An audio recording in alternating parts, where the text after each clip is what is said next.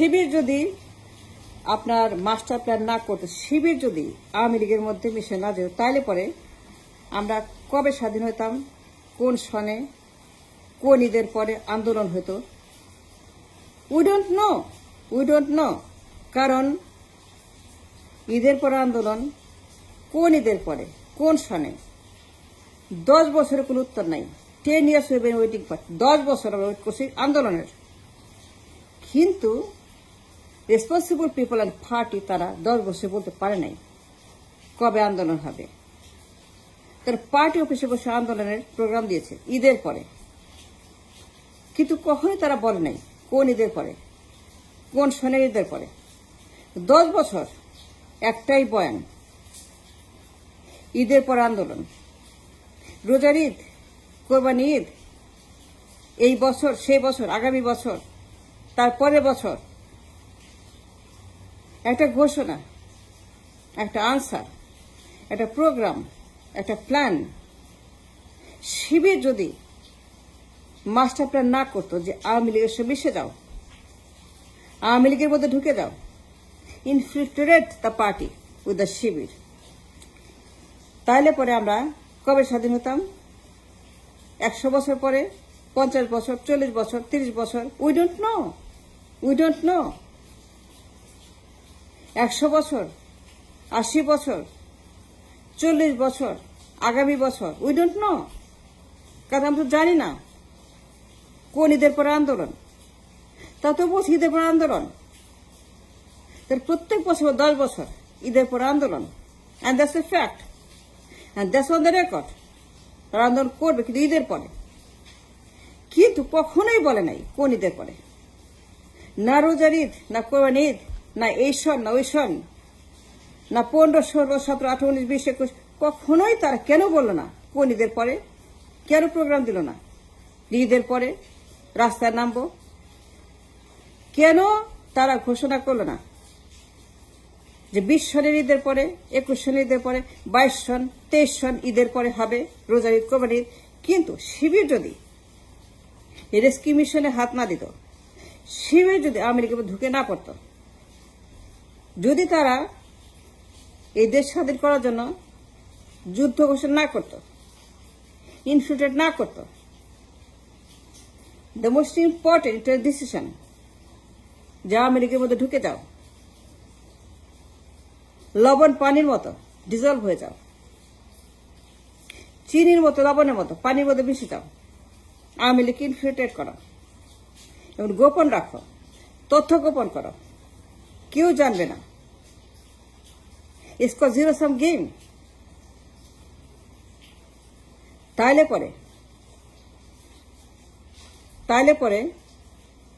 it's a fact, it's a truth, it's a reality. Just face it and learn it and admit it and acknowledge it. যে শিবির যদি দেশ স্বাধীন না করত, তাহলে পরে আমরা কবে হইতাম 20 বছর, 25, 30, 40, 50, 60, 70, 80, 90, 100 বছর পর স্বাধীন যাই না তো। বিকজ আওয়ামী লীগের যে বংশ বিস্তার, এরপর তার মেয়ে, তার ছেলে, তার বোন, তার ভাতিজা, তার ছেলে, তার নাতি, তার পুতি, এরকম করতে করতে করতে করতে 50 বছর পার হয়ে গেল। হাসিনার পরে তার ছেলে, তার মেয়ে, তারপর তার নাতি, তার পুতি। কারণ আওয়ামী লীগের যে পেট্রন ইন্ডিয়া, রাশিয়া, চায়না, এই যে আপনার সুপার পাওয়ারগুলি আছে, রিজনাল পাওয়ারগুলি আছে, তার পিছনে তাকে শক্তিমান করার জন্য, তার ক্ষমতা রক্ষা করার জন্য, এই দলকে আমৃত্যু ক্ষমতা রাখার জন্য আর 100 বছরের plan, master plan by India. আর জানি না আর কবে স্বাধীন হতাম। ইন্ডিয়ার plan, Indian master minding plan, যে আওয়ামী লীগ ছেড়ে কাউকে ক্ষমতা রাখবে না, একমাত্র আওয়ামী লীগকে তারা বিশ্বাস করে, কাউকে করে না। And that's a fact. India কাউকে বিশ্বাস করে না। ইন্ডিয়া যদি আওয়ামী লীগ ছেড়ে কাউকে ক্ষমতা আনে, তাহলে তারা বিশ্বাস করে তা নিরাপদ না। Therefore they made a plan, they adapted a foreign policy যে আওয়ামী লীগকে তার ক্ষমতা রাখবে। শিবির যদি এই মাস্টার প্ল্যান না করত যে আওয়ামী লীগের মধ্যে ঢুকে যাও, infiltrate the Awami League, such a genius plan, তাইলে পরে আমরা কোন সনে, কত বছর পরে, কোন ঈদের পরে, কোন আন্দোলনের পরে, রোজার ঈদ, কোরবানি ঈদ, 30 সন, 40 সন, 50 সন, 60 সন, আমরা জানি না কবে স্বাধীনতা। কারণ এরপরে তার মেয়ে, তার ছেলে, তার নাতি, তার পুতি, মানে বাই জেনারেশন ক্ষমতা, for years and years and years আমরা এইরকমই থাকতাম। কোনদিন স্বাধীন হতাম কিনা সন্দেহ 100 বছরে। কারণ Sheikh Hasina adapted by Indian foreign policy, এবং তাদের পলিসি হচ্ছে যে তারা আওয়ামী লীগ কাউকেই ক্ষমতা দিবে না।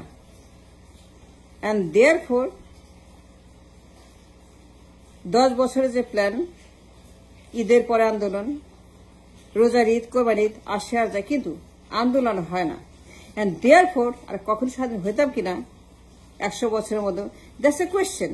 আমরা জানি না কবে স্বাধীন হইতাম যদি শিবির না আসতো on the spot. And that's a fact, and that's reality, and that's a truth. যে শিবির যদি রেস্কিউ না করতো, জীবন না দিত, বিপ্লব না করতো, যুদ্ধ ঘোষণা না করতো ফ্যাসিবাদের বিরুদ্ধে, তাইলে পরে আমরা জীবনেও স্বাধীন হতাম না। আগে 50 বছরও না, আগামী 50 বছরও না। That much I can say.